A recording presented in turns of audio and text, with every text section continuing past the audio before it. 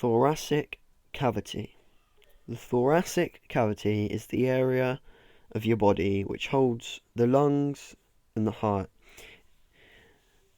The bones that hold the lungs and the heart makes up the thoracic cavity. The bones are the ribs and the sternum. The diaphragm is found at the very bottom of the thoracic cavity. The muscle relaxes to help push the lungs up and make the oxygen come out of the body, and then when the diaphragm contracts, it comes down and allows more oxygen to get into the body. Therefore, this increases and decreases the size of the thoracic cavity. The main function of the thoracic cavity is protect the organs. The sternum is the most durable bone. This is found over the heart and offers the most protection. Internal and external intercostal muscles. The internal and external intercostal muscles are found between the ribs and around the ribs. During inspiration, which is breathing in, our external intercostal muscles will help to push the oxygen into the body by pulling the ribs out. And it will work as an antagonist and agonist pair by the internal intercostal muscles relaxing. During expiration, which is breathing out, it will do the opposite. So our internal intercostal muscles will help to push the CO2 out of the body, and the external intercostal muscles will in turn relax so that the ribs can go in. The journey of an oxygen molecule in the respiratory system. The oxygen molecule will start in the nasal cavity. The nasal cavity is made up of a superficial layer of epithelium. The nostrils are lined with sweat glands. Each of the walls have 3 bones.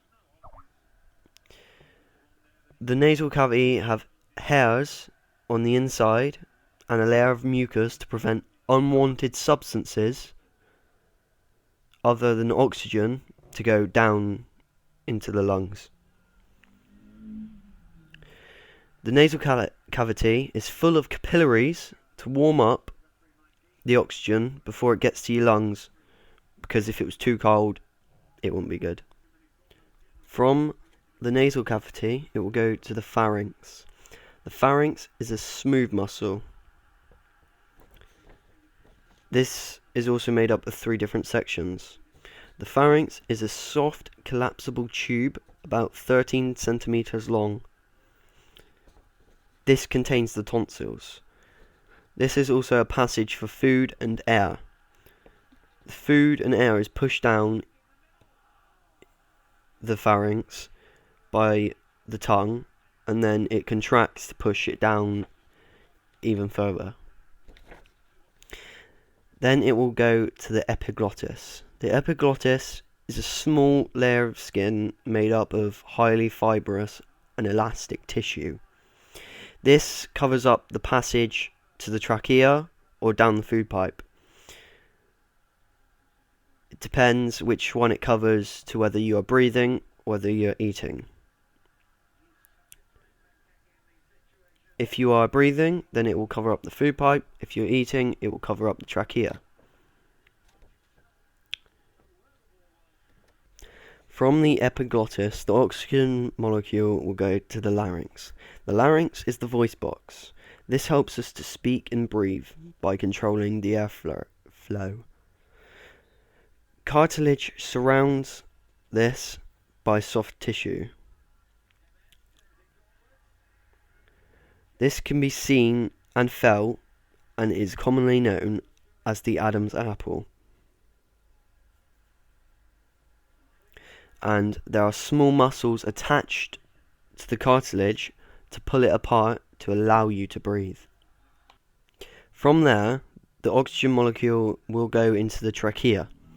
The trachea is a long pipe made up of smooth muscle and cartilage in the shape of C's. The C-shaped rings are for protection and shape.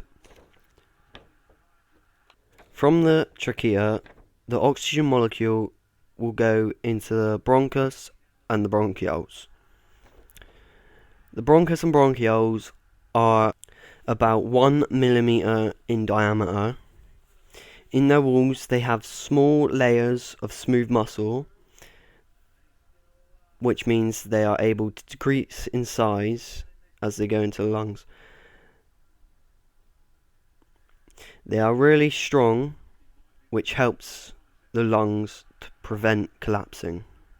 From the bronchioles, the oxygen molecule will then go to the alveoli. They are based on the end of the bronchioles and genuinely look like a cauliflower. They have loads of little branches and dots on them to have a larger surface area, which makes for better diffusion of gases, so better gaseous exchange. They are surrounded by capillaries to allow the gaseous exchange to occur. They also have mucus walling in the inside to prevent foreign particles, e.g. dust, from going through with the gaseous exchange.